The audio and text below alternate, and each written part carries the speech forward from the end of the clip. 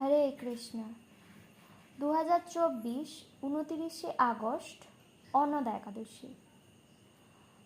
তো এই বৃহস্পতিবার 29শে আগস্ট ভারতের পশ্চিমবঙ্গে এই অন্নদা একাদশী পালন করতে হবে। কিন্তু তবে বেশ কিছু স্থান রয়েছে যেইগুলোতে 30 আগস্ট ব্রত পালন করতে হবে। তো সেই সম্বন্ধে কোথায় ব্রত কবে পালন করতে হবে সেই সম্বন্ধে ভিডিওর লাস্টে আমরা আলোচনা করব, তাই ভিডিওটি শেষ পর্যন্ত আমাদের সাথে থাকবেন। একাদশীর ব্রত পালনের ফলে আমাদের কোটি কোটি পাপ ধুয়ে যায়। তাই আশা করছি সবাই প্রত্যেকটি একাদশীর ব্রত খুব নিষ্ঠা সহকারে পালন করছেন।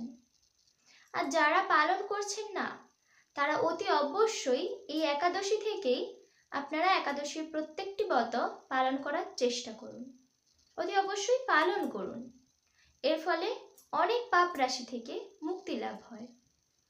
তো যারা পালন করবেন তারা কিভাবে পালন করবেন না, একাদশীর আগের দিন অত্যন্ত পক্ষে 2 দিন আগে আমিষ আহার যারা গ্রহণ করেন তারা আমিষ আহার বর্জন করবেন। যদি না পারেন অত্যন্ত পক্ষে একাদশীর আগের দিন আমিষ আহার বর্জন করবেন। তো যথাসময় রাতে খাওয়া দাওয়া করবেন, তারপর দাঁত ব্রাশ করবেন, কারণ ব্রাশ করার ফলে দাঁতে লেগে থাকা সমস্ত খাবারের টুকরো ধুয়ে যায়, তাই অতি অবশ্যই ব্রাশ করবেন। তো একাদশীর দিন ব্রহ্ম মুহূর্তে উঠবেন এবং স্নান করে সকালের সমস্ত কাজকর্ম সেরে স্নান করে মঙ্গল আরতি করবেন এবং সংকল্প মন্ত্র বলে সংকল্প করবেন একাদশীর জন্য। তো সারাদিন যারা নির্জলা একাদশীর ব্রত পালন করতে পারেন নির্জলা উপবাস করবেন, খুবই ভালো। না হলে ফলমূল গ্রহণ করে একাদশীর ব্রত পালন করতে পারেন। কিন্তু অতি অবশ্যই একাদশীর দিন একাদশীর মাহাত্ম্য অতি অবশ্যই শ্রবণ বা পাঠ করবেন। যদি না এই একাদশীর মাহাত্ম্য পাঠ বা শ্রবণ করেন তাহলে কিন্তু একাদশীর ব্রতের ফল লাভ হয় না। তাই অতি অবশ্যই শ্রবণ বা পাঠ করবেন মাহাত্ম্যটি। অন্নদা একাদশী মাহাত্ম্য। এই ভাদ্রবতী কৃষ্ণপক্ষিয়া অন্নদা একাদশীর মাহাত্ম্য ব্রহ্ম বৈবর্ত পুরাণে বর্ণনা করা হয়েছে। মহারাজ যুধিষ্ঠির বললেন, হে কৃষ্ণ, ভাদ্র মাসের কৃষ্ণপক্ষের একাদশীর নাম কি?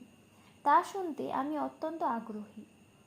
শ্রীকৃষ্ণ বললেন, হে রাজন, আমি সবিস্তারে এই একাদশীর কথা বর্ণনা করছি, আপনি একাগ্র চিত্তে শ্রবণ করুন। ভাদ্রের কৃষ্ণপক্ষী একাদশীকে বলা হয় অন্নদা। এই তিথি সর্বপাপ বিনাশিনী। যিনি শ্রীহরির অর্চনে এই ব্রত পালন করেন তিনি সর্বপাপ মুক্ত হন। এমনকি এই ব্রতের নাম শ্রবণেই রাশি রাশি পাপ বিদূরিত হয়ে যায়। এই ব্রত প্রসঙ্গে একটি পৌরাণিক ইতিহাস রয়েছে। প্রাচীনকালে হরিশ্চন্দ্র নামে এক নিষ্ঠাপরায়ণ সত্যবাদী চক্রবর্তী রাজা ছিলেন। পূর্ব কর্মফল ও প্রতিজ্ঞার সত্যতা রক্ষায় তিনি রাজ্যভ্রষ্ট হন। অবস্থা এমন হলো যে তিনি নিজের স্ত্রী পুত্র এবং অবশেষে নিজেকেও পর্যন্ত বিক্রি করতে বাধ্য হলেন। হে রাজেন্দ্র, এই পুণ্যবান রাজা চণ্ডালের দাসত্ব স্বীকার করেও সত্য রক্ষার্থে দৃঢ়নিষ্ঠা প্রদর্শন করেছিলেন। তিনি শ্মশানে মৃত ব্যক্তির বস্ত্র কররূপে গ্রহণ করতেন।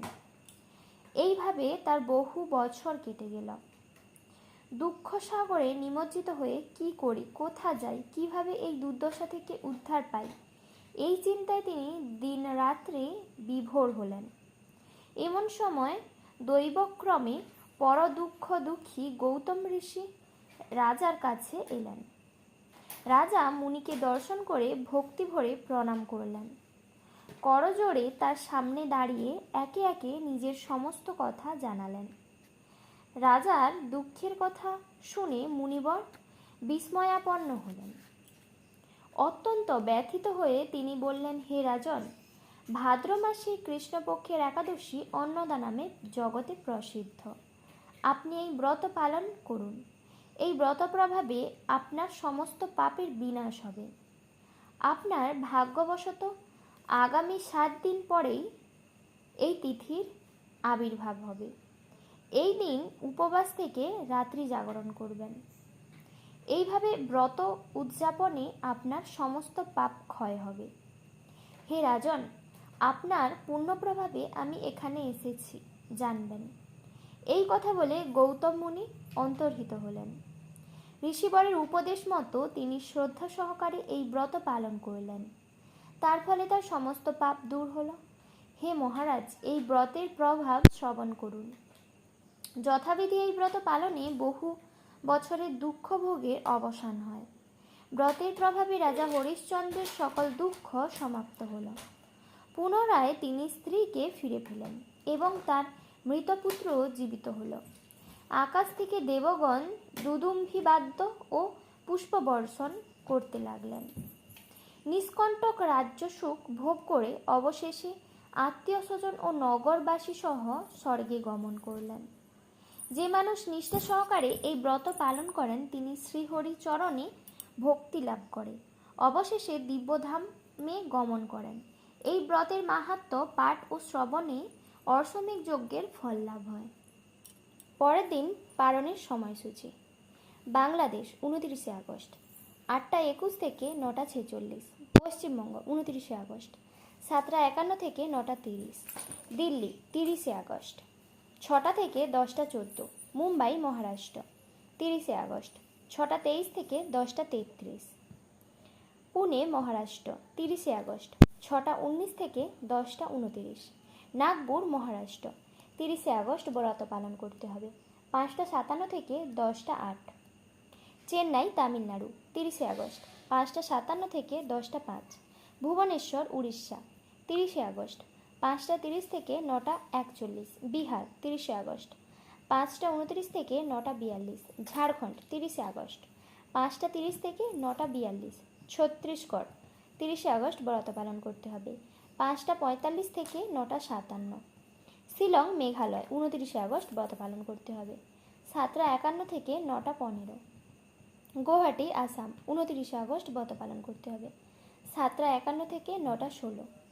মিজোরাম 29শে আগস্ট 7টা 51 থেকে 9টা 12। বৃন্দাবন 30শে আগস্ট ব্রত পালন করতে হবে। 5টা 57 থেকে 10টা 12। সিকিম 29শে আগস্ট ব্রত পালন করতে হবে। 7টা 51 থেকে 9টা 28। ব্যাঙ্গালোর কর্ণাটক 30শে আগস্ট 6টা 8 থেকে 10টা 16। আগরতলা ত্রিপুরা 29শে আগস্ট 7টা 51 থেকে 9টা 18। গুজরাট 30শে আগস্ট 6টা 27 থেকে 10টা 39। কেরালা 30শে আগস্ট 6টা 15 থেকে 10টা 21। রাজস্থান 30শে আগস্ট 6টা 12 থেকে 10টা 26। মধ্যপ্রদেশ 30শে আগস্ট 5টা 57 থেকে 10টা 9। হরিয়ানা 30শে আগস্ট 6টা 2 থেকে 10টা 18। নাগাল্যান্ড 29শে আগস্ট ব্রত পালন করতে হবে। 7টা 51 থেকে 9টা 5। বিশাখাপত্তনম অন্ধ্রপ্রদেশ 30শে আগস্ট ব্রত পালন করতে হবে। 5টা 42 থেকে 9টা 52।